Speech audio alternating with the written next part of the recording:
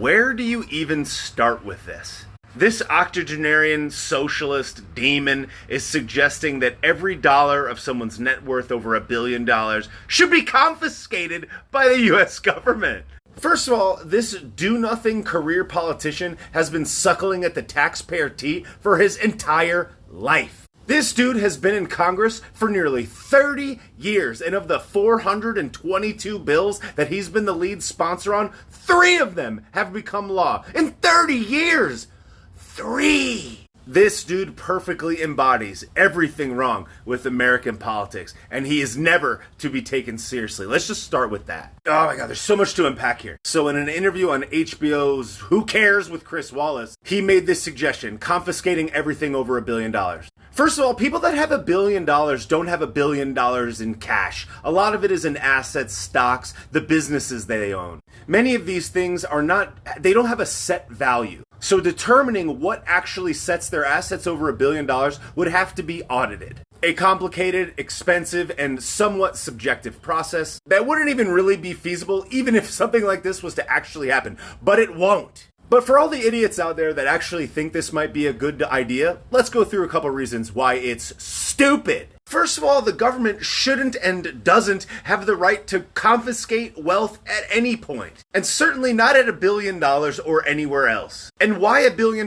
Maybe $1 billion now, maybe $750 million later, then $500 million, then $100 million. Then why does anyone even need $1 million? This arbitrary number will change over time. What is $1 billion now? It might not be worth all that much 15 or 20 or 30 years from now. And by setting this precedent with this arbitrary number, you're just suggesting that your property, that your money, that your ownings isn't even yours. It belongs to the government at some arbitrarily set figure. Next, well, obviously this would only exist in the United States of America. No such confiscation exists in any other major developed country, at least that I know of. So all of those people that had over $1 billion, they would do one of two things. They would either leave the country completely and move all of their assets elsewhere and come back here to laugh at us from time to time, maybe have a hamburger, or they would just move the money overseas, and that's going to help us a lot. So you either lose them from the tax basis entirely, lose all the assets, lose the businesses that they founded or start or run here, and give them to another country. Good idea. Billionaires are not stupid. They're not just going to sit here and be like, oh, okay, just take it all.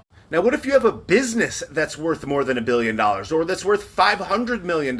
How do you sell the business? You have to sell the entire business. You can't own the business that you started because you're over this theoretical fake number. Plus, there'd obviously be a million ways around this. There'd be a trust for their kids. They could put it in a trust that they don't own. God, this is so dumb. People don't even understand that about 70% of America's billionaires are self-made, with only 30% of them actually inheriting their money. So I looked at the Forbes list of America's billionaires, and one name on the list was John Menard Jr. John Menard Jr. is an American billionaire in his mid-80s worth over $17 billion.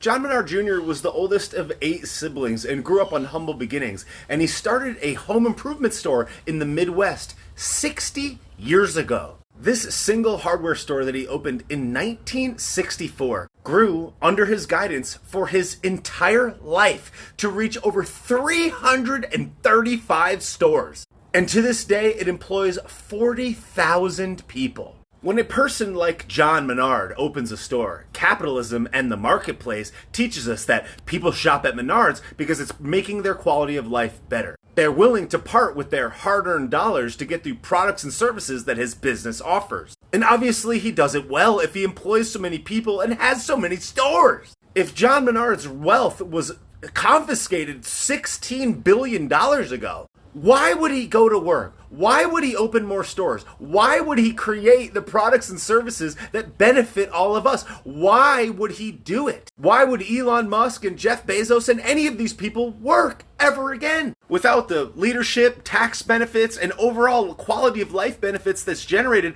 by all of these billionaires, you wouldn't even be able to see or consume this piece of media that's here today. Every person that founded one of these businesses that you're watching this on is worth over $1 billion.